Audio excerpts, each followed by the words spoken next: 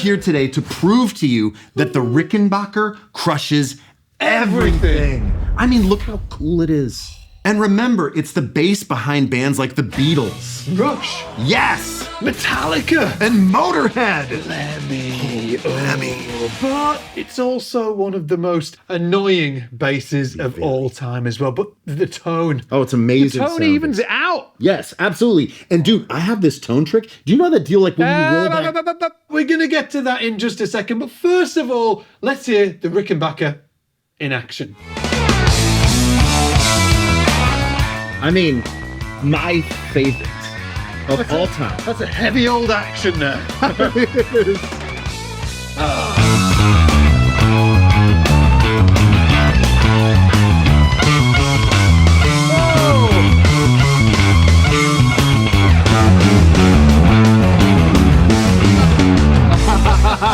Okay, so how do you get the Geddy sound on a Rickenbacker? Right. So Geddy's sound is so signature. I mean, he hits really hard, like swinging all the way through the string. Yeah. But you put on a little drive, blend in the center, use both pickups, right? And it's pretty aggressive. So everything wide open, basically. Yeah, and it's like the two single coil pickups together. Yeah. It's just a really cool platform to sort of accentuate that kind of like nasty left hand, right hand attack. Isn't that tone?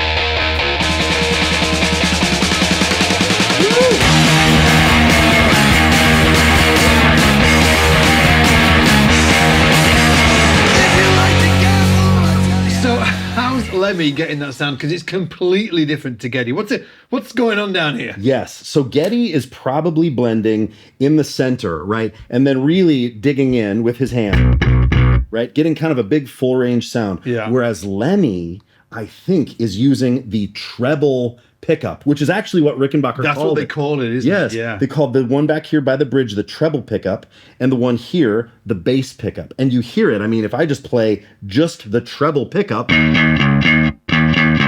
versus the bass pickup. Oh, like completely different. Yeah. Night and day, right? And so actually there was a capacitor put on this pickup or in the wiring down here to remove low end. And so sometimes when people play these old vintage Ricks, they're like, holy crap, that's so thin. But the idea was you could have that thin sound, you could blend it with the neck pickup, or you could use it on its own. And that's what Lemmy did, right? He was turning all of the bass down on his amps and he was cranking up gain and then using that treble pickup, and then you get this.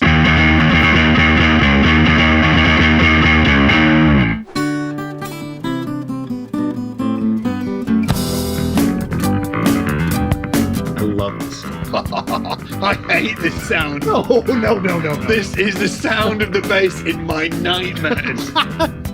It's the great Chris Squire. I don't give two monkeys.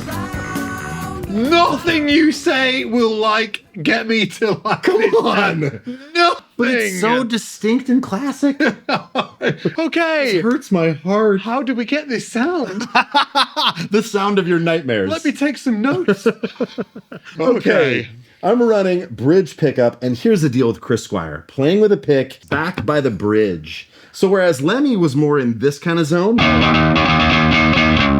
right? Chris Squire's back here, it's tighter. Yeah.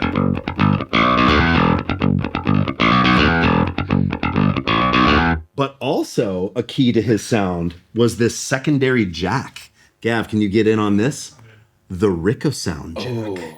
I wired the pickup so they came out to a stereo jack, so that the treble pickup goes to the tip of the stereo and the bass pickup goes to the sleeve.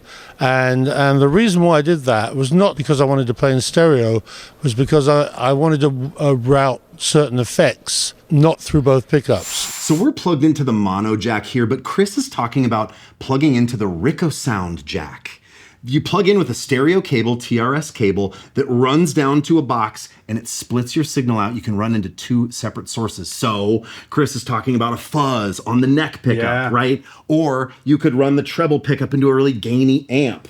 not so much for stereo, but to run the neck bass pickup somewhere and the treble bridge pickup somewhere else. Yeah. The headline is that Billy Sheehan should have played a Rickenbacker. Yeah, I love that. Yes. Can we take a moment and just appreciate this incredibly lovely Rickenbacker? We certainly can. This belongs to you, Mr. Scott Devine. Oh, My first Rickenbacker. Yes. I've And- always wanted a Rickenbacker. Dude, it's a good one. I mean, I really feel like this is from the golden era of Rickenbackers. This is early 70s.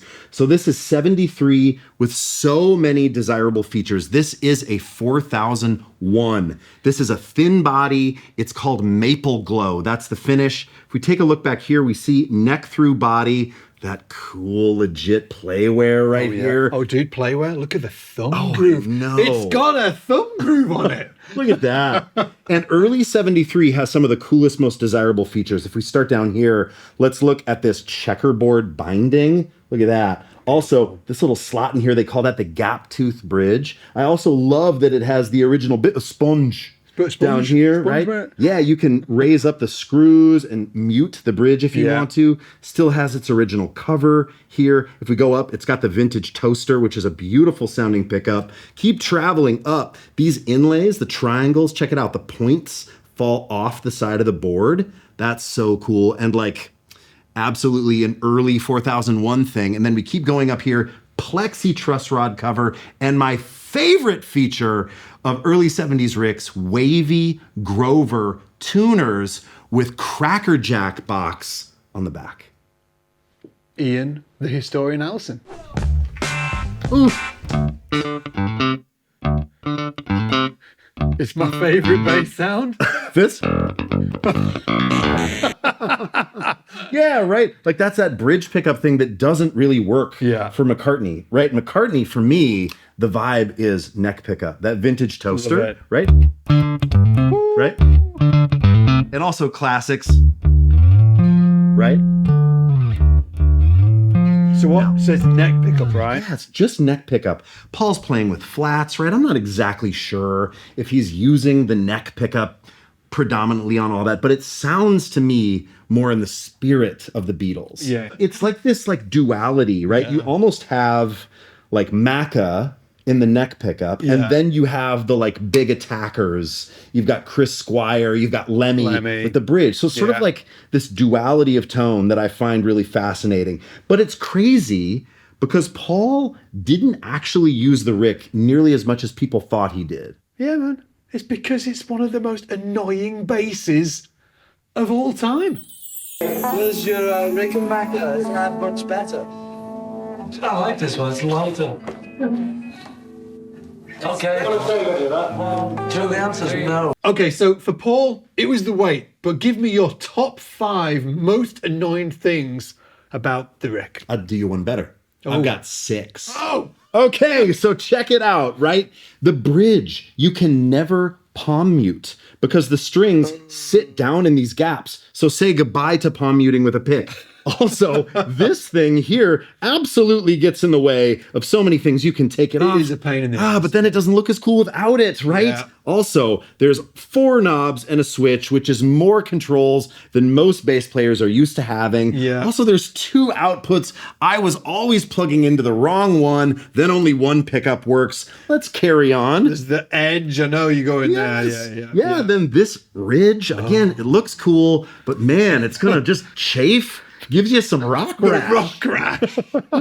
Yeah. And then if we continue up here, this truss rod cover hides 2 truss rods. And that, it was designed to be a cool feature so that you could adjust the bass and treble side of the instrument independently. Turns out it was not a cool feature. Yeah, in the beginning it made some necks twist and really strange, so I don't love that. But I don't care about any of that. No? And if any of you care, you're off my Christmas card list, you freaking losers. It crushes everything. Absolutely.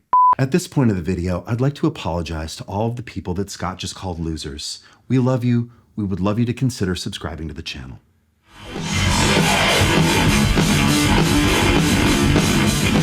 Dude!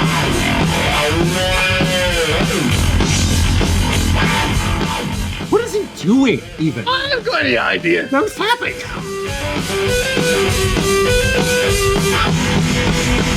If you want it to sound like that, all you need to do is get rid of that cover. That's the secret. Get rid of the cover. Sound like Cliff Burton. I think there might be more to it than that. Maybe there is more to it. What is he doing? I don't know. I was hoping you wouldn't ask me.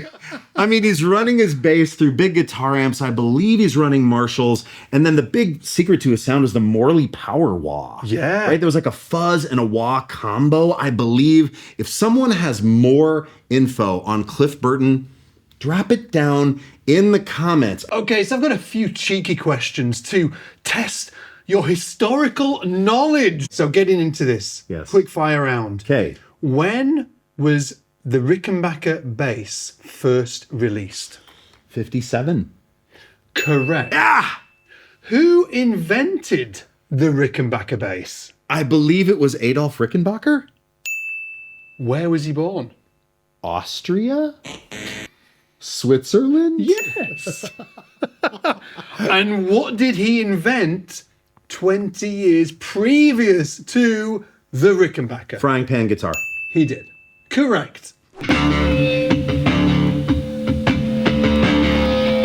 want you to tell me how he's getting that sound. I'll try. What a vibe.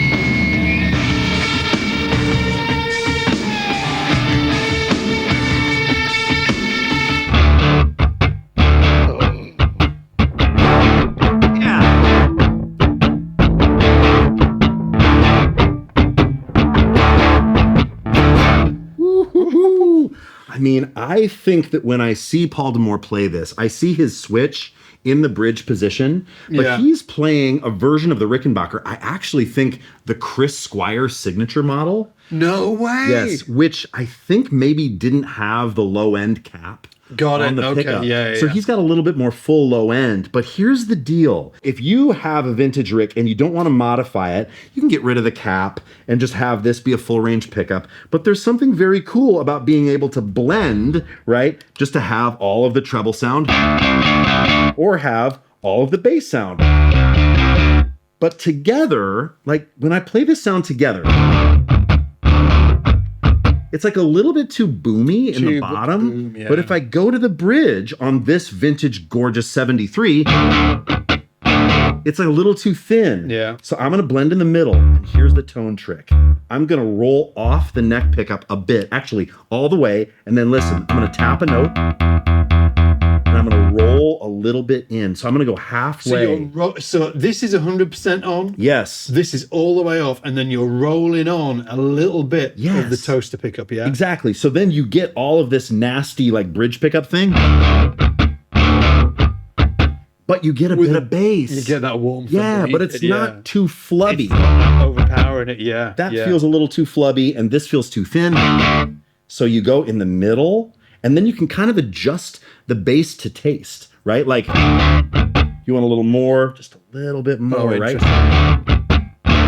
So on your Rick, when you're using that on sessions, do you very rarely actually switch between the pickups? You keep it in the middle, Yes. and then you adjust With the knobs. Sprinkle a little bit of salt on there with Absolutely. with the knobs, yeah. Yes, and I think that these knobs adjust better and they give you better results than trying to do it on a jazz bass. There's something about this circuit that when you change the knob positions, you actually hear it in the output of the sound. Yeah, mega.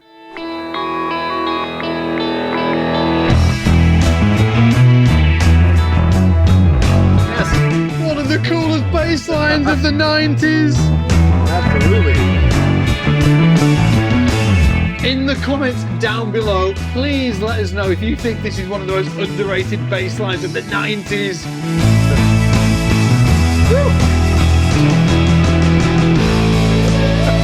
So good. Royston Langdon just Yeah. playing the coolest black 4001, looking so rock star. Wonder where he got that bass from, huh? Yes, word has it that he got it from Sean Lennon. Yeah, and rumor has it Yes. that when he recorded this, Come on. yes, when he recorded this bass Give it to line, me. Yes. he was wearing Yoko Ono's Freaking slippers. Anyway, the bass line. Look, we want to teach you it because it's one of the greatest bass lines of the 90s. It truly is. I think you need to play it on your Rickenbacker, good sir. It starts off with 2 low E's and then slides up to the 12th fret of the E string and then goes chromatically up to the 14th fret of the A string. Yeah? And then chromatically up to the 14th fret of the E string. So we've got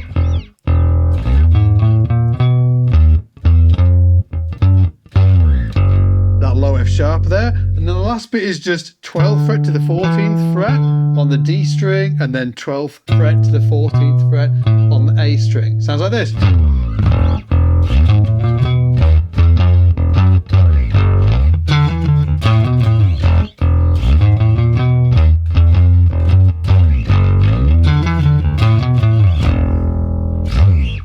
And if you want to learn this amazing bass line that Scott just showed you, check out the free tab and notation in the link in the description below. So did we convince you that the Rickenbacker crushes absolutely everything? Convince me. Did it? Yeah. Well, I mean, we've done a video about how the P bass crushes everything. Oh, yeah. Yeah, we did, didn't we? Yeah. Yeah. Oh, and the Stingray. And a jazz bass. The jazz bass. Ooh. You're going to have to see how you feel. Take your pick of any one of these videos to watch next.